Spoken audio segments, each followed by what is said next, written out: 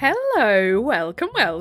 So today we're going to be taking a look at r/Am I the Bort Hole? So if you would like to judge some big old gaping bort holes and also get a little update on a previous possible bort hole that we read a post from, then please do stick around and enjoy! And don't forget to like and subscribe, please, thank you! First off, I am so blocked up today. My nose, by the way, not the other end. Okay, anyway, we're going really off topic already. I am just so nasally today. It is hay fever season. The rapeseed is out in full force in all of the fields surrounding me. So I probably sound really weird. We're just gonna have to all pretend it's not happening right now, okay? We'll all just pretend I don't sound like I'm talking through my nostrils. Thank you, yes. Also, of course, any opinions I give on these posts are my opinions, and just that, they are not to be taken as facts. If you have a different opinion, that's okay. That is brilliant. Please feel free to share it in the comments. Just make sure you're being kind and respectful to anyone that does not have the same opinion as yourself. It is okay to disagree. It is not okay to be a bort hole. Okay, with that, let's get started then, shall we? So, this is the update from Defiant Function 8397. So this was a previous post we read where the person was basically saying, would I be the bort hole if I refused a wedding gift off a mother-in-law because I think that she's going to want to basically try and have some pull and some sway in what happens at our wedding. She'd already tried to take digs about the size of the wedding and what have you, and basically they told her to back off. And when they told her to back off, she all of a sudden was like, oh, I'm going to give you a huge gift, like monetary gift. And the OP rightly was very suspicious that this gift would basically be a way for her to then turn around and say, you now have to let me make decisions for your wedding. So, with that in mind, I am going to put an info card that will pop up at the top right or top left of the screen, I don't know where, basically linking back to that previous video where that is. I have to find it first because I have forgotten which one it was. It was one of you guys that let me know there was an update, so yeah, I'm going to have to try and remember which flipping video it was. But anyway, on with the update! Hi everyone, I posted here a couple of weeks ago and got some wonderful advice. A few people asked for an update and I thought I'd let you know what happened. It's not good.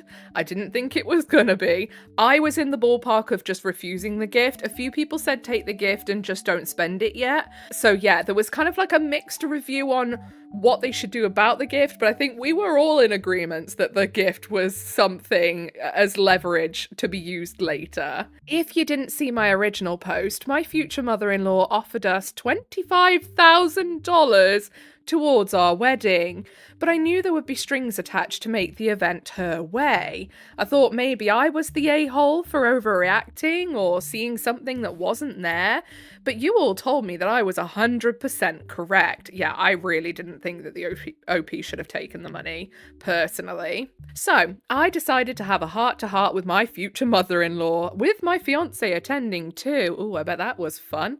I told her that I missed the relationship we used to have, but it's become strained because I feel like she's not respected the choices we have made for our wedding. We explained that we aren't depositing the check until we have this conversation and we're all on board about how we move forward.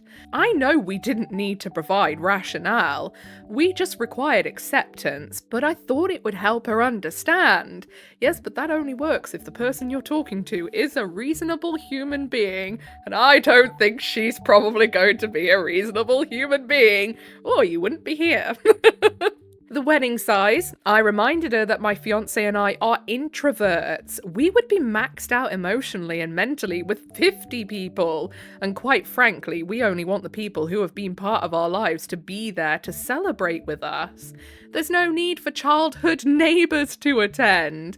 There's no need for distant cousins we haven't seen in 15 years to attend. Just the people who have been with us on our journey. I 100% agree with you, OP. I get why people like big weddings, and if they have big families and they're all very intertwined, fair enough, you do you. I'm very happy for you. Me? I would have a panic attack trying to even get down the aisle. Be like, there's too many people. You have to all close your eyes. I'm having a panic attack. The wedding gown. This is non-negotiable. A bride chooses her gown, and I will be choosing one that I can be comfortable being in. This is the first time I'll be wearing a dress since prom. Reflects my personal style and makes me feel beautiful, not anyone else's personal style. The venue. Okay, this is a bit cringe, but fiancé and I met at a speed dating event a restaurant was running 4 years ago. We hit it off, and here we are. Our absolute first choice for the reception venue was this place. Their event space will fit 50 max. We thanked her for a generous $25,000, but we would give it back if our decisions aren't respected. We asked if she had any expectations around any decision making that comes with the gift. My future mother-in-law cried and apologised and told her she just wanted everything to be perfect, and she's sad that she never had a daughter who she can play a normal motherly role in wedding planning. Okay, I appreciate she's apologised. However, this post continues quite a lot past this, so I feel like we're gonna find that those were crocodile tears and a very disingenuous apology. That she was so scared that I'd leave her out of everything, which I never did. I wanted her to feel included. So there you go. We had a resolution, we deposited the check and started to move on from the spitballing ideas to confirming vendors phase. When I called the restaurant we wanted for the reception, their private function room was unfortunately booked out for a very specific date that we can't change. She didn't book it, did she? She didn't go and book that venue, so you guys couldn't have it. Which was really sad, so we decided to start looking at other options. A few days later, I get a call from a wedding planner who proceeds to tell me that my future mother-in-law hired her to help with the wedding. What the F? What the F indeed? I told you, crocodile tears and a fake apology. I called my future mother-in-law and she explained that my fiancé mentioned we lost our preferred venue and wanted to take some pressure off my shoulders and hired a wedding planner. She insisted the planner was just to do all the background admin tasks. Okay. I decided to give her the benefit of the doubt, famous last words. I'm not sure why a wedding planner is needed for a small wedding, or why they'd even bother taking the job. Exactly. But if my future mother-in-law wants to spend her money on making things a little easier for me, that's fine. I met with the planner twice, described our vision for the wedding, and she said she put together some bookings to view venues, taste cakes, etc. Here's where the shit hits the fan. The planner sent us a list of venues she's booked for us to see.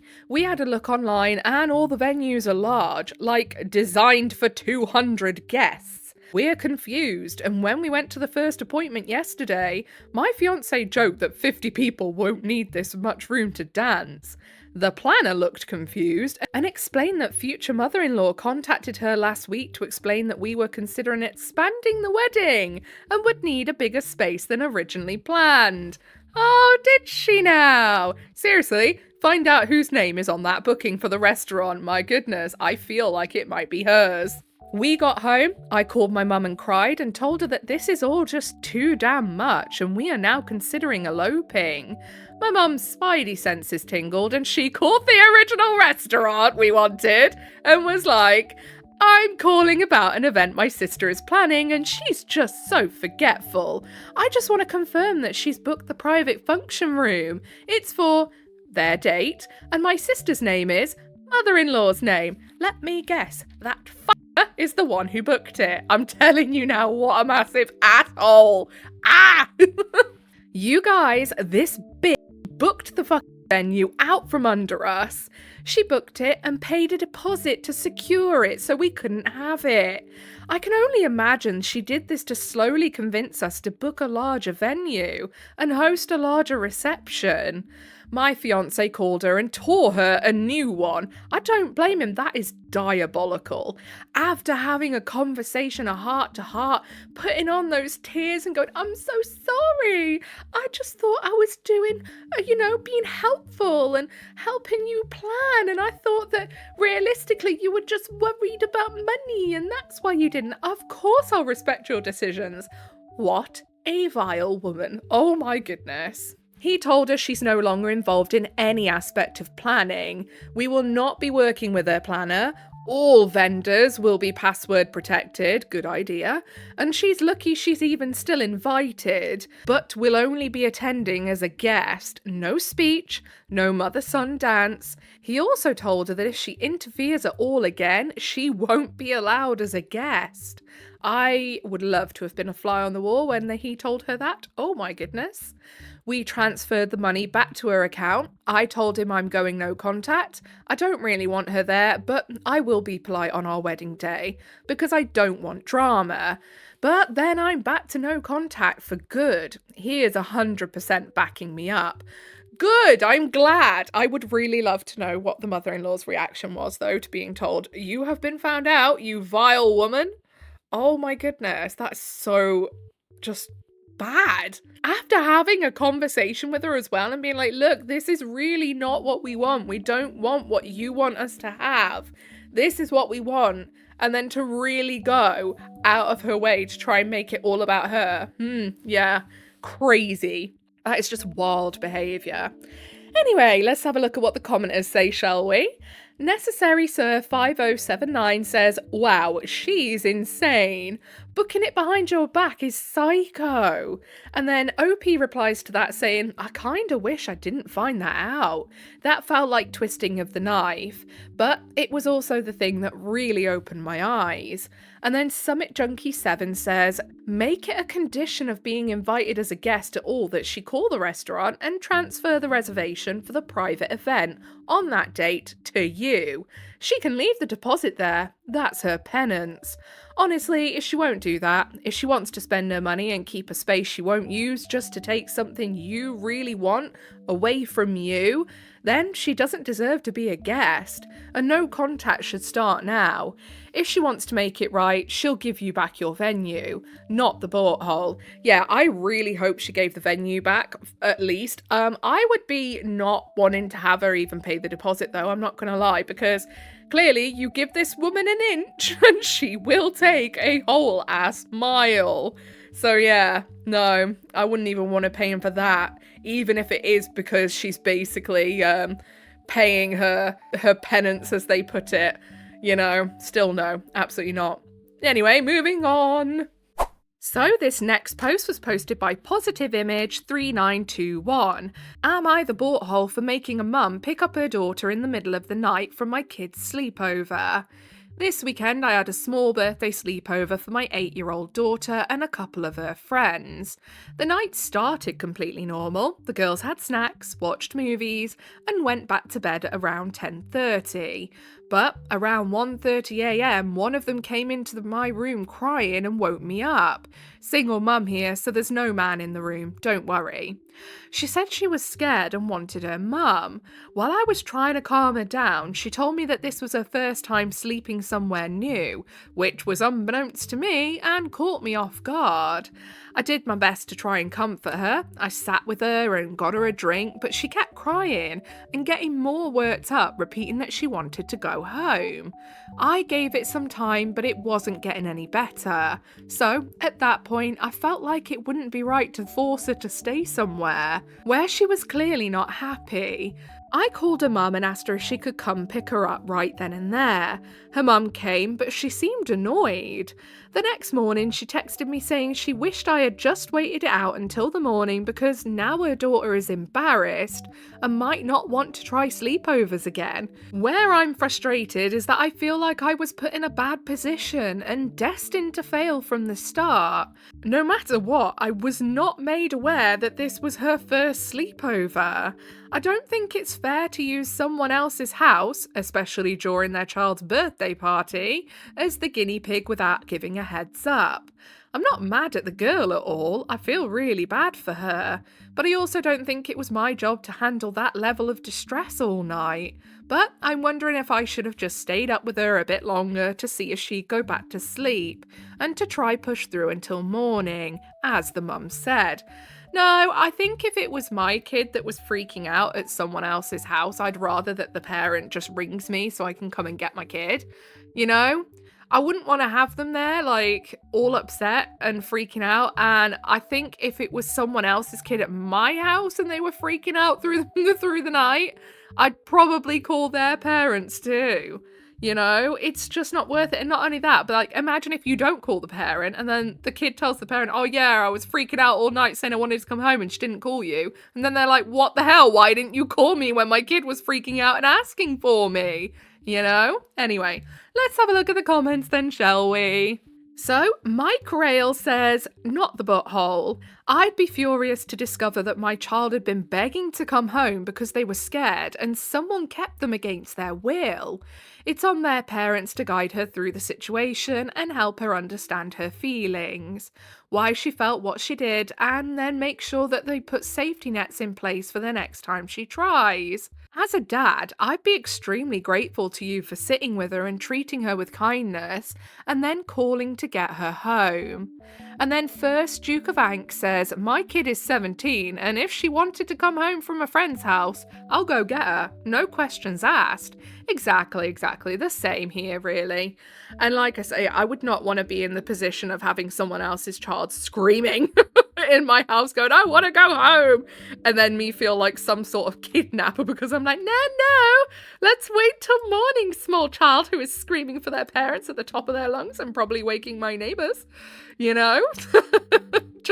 I think it's just better to call the parents, even if it's just to call the parents and say, what do you want to do? You know? So no, I don't think the OP did wrong there at all. So, next post posted by Pianist Holiday. Gotta be careful how you say that, huh? 3484. Am I the butthole for telling my father to accept that my brother isn't my responsibility? I'm gonna give you a swift no already without actually reading it, but let's read it first because I might be wrong. I, 35F, have a complicated relationship with both my father and his wife, Denise, fake name, for several reasons, some of which relate to my half-brother Jake, 9 years old. There's a lot of backstory here, but to sum things up, Jake exists because Denise wanted a baby, and my father was upset that both his daughters were moving out. They expected me and my sister, 29-year-old, to have an active role in caring for Jake. That wouldn't be possible for either of us, but they continued to assume that we'd give in. We didn't, which led to multiple fights that soured my relationship with our father. Denise also got mad at me for refusing to be her village. I got pregnant with my first child when Jake was still a baby, which made her even more angry that I wouldn't help her as much as she wanted. Yeah, but the thing is, like, the villages just don't exist anymore, and as much as I think that's sad, you should never expect someone to be your village. A village is something that's kind of, like, granted to you, you know, when you have your own kids. Like, you can never just expect someone to look after your kids, but it's lovely to have a village, don't get me wrong, and I wish more people had that support, but you can't have a kid off your own back as an adult human being and then go, why are you not looking after my kid? Well, probably because it's not their kid, mate. You know? Probably because you're being entitled and expecting people to do it just because. Probably because you're clearly not very grateful when people do, you know? I wonder why it could be. Also, you cannot expect your kids to be your village. That's like parents, aunties, things like that. Not your kids. Things at their household aren't great. Jake isn't well behaved. My father is not a very active parent, though he is more present than he used to be. And the older Jake gets, the more Denise loses interest in parenting. Yeah, two people who should never have had another kid. My goodness. They never stop trying to get me to help take care of their son. To this day, whenever they need a babysitter, they call me first, even though I'm almost never able to do it. They've tried multiple things over the years, but most of their current strategies concern my children, Sam 8M and Katie 4F. My kids do not get along with Jake, but not for lack of trying on my father and Denise's part. They've tried setting up playdates, aka Denise dumping Jake on me and my kids while she went shopping, making them share a room on family vacations, and my father even considered changing Jake to Sam's school a few years ago. Every time there's an opportunity to make the kids spend time together, they push for it. That brings us to now. My husband and I are planning a trip to France with our children in September to celebrate Katie's 5th birthday. We don't travel much, and the trip will include Disneyland Paris, so the kids are thrilled. My father found out and decided to propose that we bring Jake with us. Absolutely not. He said he'd pay for all the expenses, flights and hotels, so that his son could go to Europe with my family. I said no. We wanted the trip to be just us and our kids. He kept insisting that Jake would love going to Disney with us, that he and Denise really wanted some nice child-free time, and that they'd appreciate it if I took care of my little brother like a good sister. Ugh, I hate that so much. I hate that, like that manipulating language, like, oh, like a good sister. Oh, piss off. How about you take care of your kid like a good dad? Yes, good boy. We had an argument and I ended up losing my patience. I told my father that he needs to accept that Jake is not my responsibility and never will be, and that he and Denise should have thought about their child-free time before having a kid. And also, might I point out that the OP would probably have a better relationship with Jake if the parents weren't constantly trying to force him on her. That's probably caused a lot of animosity and a lack of bonding too. My father is furious. He accused me of saying I wish Jake was never born. I didn't, and called me an ungrateful brat for refusing to take care of my brother. Denise later called me to yell a few insults as well. I don't think I'm in the wrong for refusing to bring Jake along, no, because as well, if his behaviour is really bad, you're going on that trip that you've said yourself you don't get to go on often, and, you know, it's for your child's birthday. He's probably going to be a problem, let's be honest. And don't get me wrong, I feel bad for Jake because clearly his parents are terrible. And clearly they had him just because, oh, wouldn't it be cute to have a little baby? And now it's like, oh, now we have a 9-year-old who mouths back and we haven't bothered to bring up correctly. So his behavior is atrocious and now we don't want to do it anymore. It's like they had a baby as a plaything and now they're bored. So I do feel sorry for Jake because obviously that's not a great way to be brought up. He's going to be brought up to either be a complete little reprobate or he's going to have a lot of mental health issues because he'll realise that his parents had him for fun and then just didn't want to bother with him anymore after that. And also the fact that because of the way his parents have acted, his older siblings don't really want anything to do with him either. So I do really feel sorry for Jake. I don't think I'm in the wrong for refusing to bring Jake along, but I'm not proud of what I said to my father. I mean, what you said to your father was the truth, though. If they really wanted to have all this child-free time, why have a kid? They did not think. They are idiots. They've had a kid for funsies, and now they're going to wreck his little life as much as they're trying to wreck the OP's. It's insane. My husband is on my side, but I think I was too harsh. Edit, I didn't explain this clearly enough, but my father only offered to pay for Jake's flights and whatever extra accommodation costs were needed for him to stay with us. He did not offer to fly my whole family to Europe. Honestly, I feel like the dad needs a bit of bringing back to reality because what flipping cloud cuckoo land is he living on?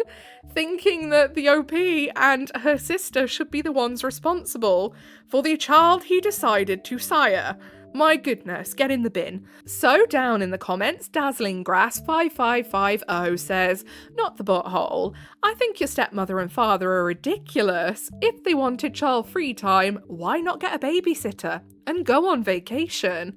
Or, better yet, all go on a family vacation. I think your father fails to realise you have a family of your own now and they aren't the main priority anymore. And then the OP says, I think this happens mostly because I'm the eldest, honestly. He's always expected me to be the more of a caretaker. My father wasn't a very active parent to me and my sister when we were babies, so I feel like he expected us to help when Jake was a baby so that he wouldn't have to put too much elbow grease into it.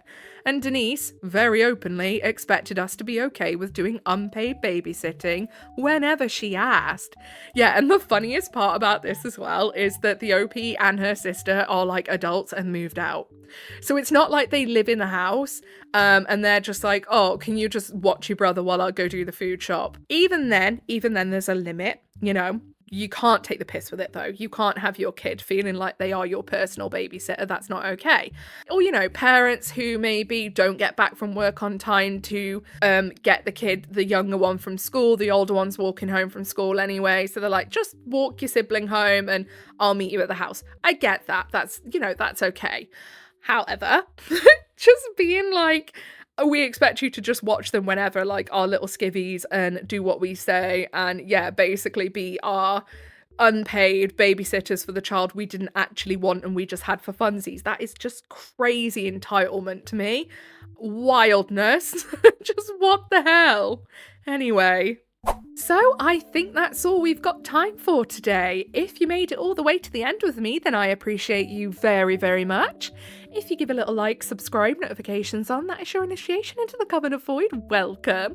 I just nearly scared the life out of myself because I didn't scare the life out of me actually, it was the cat. She's in underneath my duvet next to me. And I didn't know. And all of a sudden she just kind of, you know, when you're asleep and you're dreaming and someone's like, well, you wouldn't know yourself, but someone else is asleep and dreaming and they kind of do that deep breath intake really suddenly and it makes their nose kind of go like that. She just did that and it scared the life out of me. Anyway, don't forget to leave an offering of a comment for Big Al, whatever it is you're doing for the day. I hope you have a really good rest of the day. Goodbye.